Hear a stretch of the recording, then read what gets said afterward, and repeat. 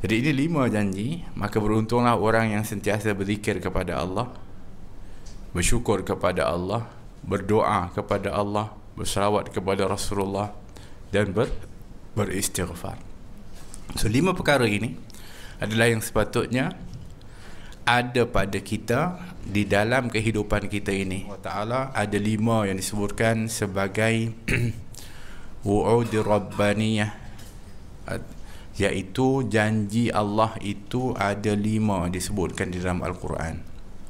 Walaupun Allah Subhanahu Wa Ta'ala memberikan sekian banyak janjinya, dan Allah tidak akan pernah memungkiri kepada janji, tapi dalam Al-Quran Allah sebutkan secara jelas 5 perkara yang dijanjikan oleh Allah. Yang pertama, Allah berjanji fadhkuruni azkurukum,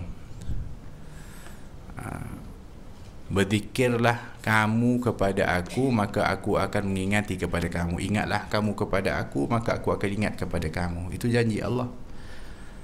Allah janji kalau kita ingat kepada Allah, Allah akan ingat kepada kita. Sekiranya kamu bersyukur, aku akan tambah. Allah mengatakan, kalau kamu bersyukur, maka aku akan tambah.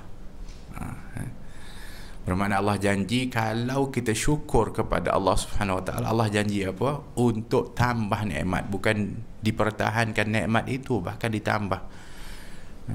La in syakartum la azidannakum. Kalau sekiranya kamu bersyukur, maka aku akan tambah. Itu janji Allah Subhanahu Wa Ta'ala. Itu yang kedua. Yang ketiga, Allah Subhanahu Wa Ta'ala berfirman, Udu'uni astajib lakum. Berdoalah kepada aku, maka Allah janji astajib lakum, aku akan mustajabkan, aku akan memustajabkan doa kamu. Itu janji Allah Subhanahu Wa Ta'ala.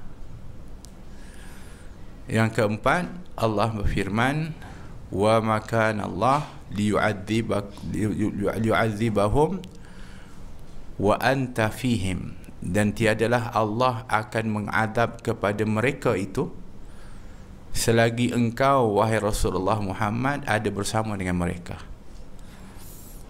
Allah janji kalau Rasulullah bersama dengan kita, maka Allah tak akan turunkan azab. Jadi bagaimana kita kata Rasulullah dah tak bersama dengan kita, dah wafat? Maka bersamakan Rasulullah dengan kita dengan memperbanyakkan salawat dan salam kepada baginda Rasulullah SAW.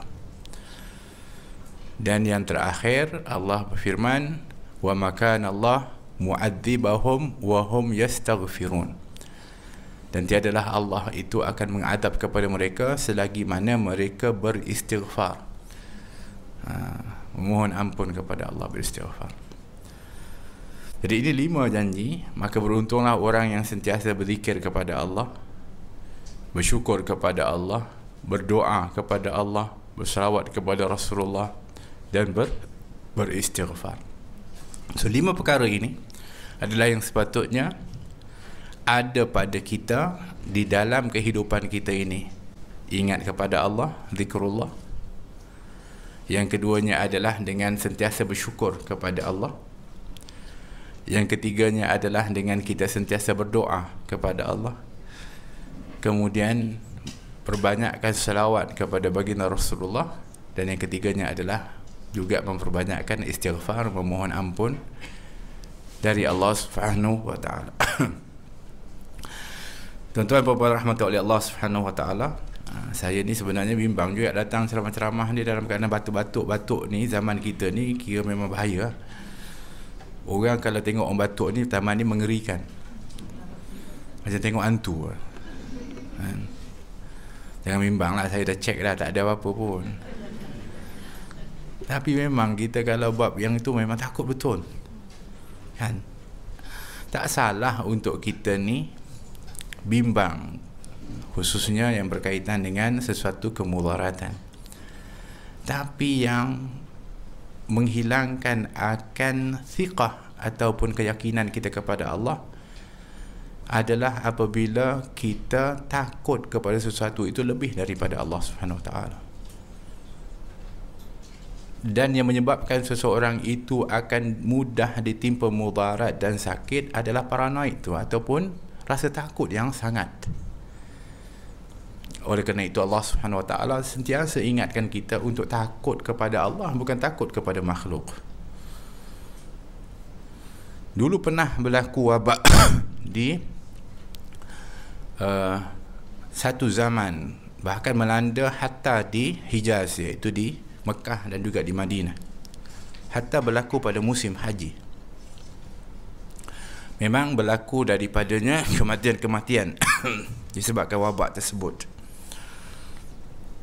Maka ada seorang syekh ketika itu yang dirujuk oleh jamaah haji. Maka syekh ni kata, obat kepada segala daripada penyakit itu adalah menghilangkan rasa takut, ketakutan tu, kebimbangan. Kerana ketakutan yang melampau itu akan menyebabkan seorang itu mudah sakit. Sakit tu bukan kerana penyakit tu saja, tapi kerana stres dan juga kerana bimbang tu. Sebab tu kalau kita jumpa doktor, tak ada doktor kata menakutkan, ini bahaya punya penyakit ni, ada? Kalau doktor macam tu ada, tanpa doktor tu. Tak ada doktor datang kata, ini bahaya ni, ini memang habis rawak ni. Tak ada. Dia akan mengatakan, insyaAllah boleh, insyaAllah. Kita cuba ya, insyaAllah. Kerana itu adalah merupakan psikologi manusia. Bahkan obat yang diberikan itu adalah merupakan ikhtiar. Tapi kadang-kadang dia mengatakan obat ni alhamdulillah bagus, dia kata. Maka kita yang menerima tu dengan sebab sangkaan baik kita, maka Allah Subhanahu Wa Taala memberikan sesuai dengan sangkaan kita itu. Ana inda dhanni abdi bi fatadhunna bi ma syaa, kata Allah SWT. Aku berada dalam sangkaan hamba-Ku, maka terpulanglah kamu untuk bersangka apa pun kepada aku, kata Allah SWT.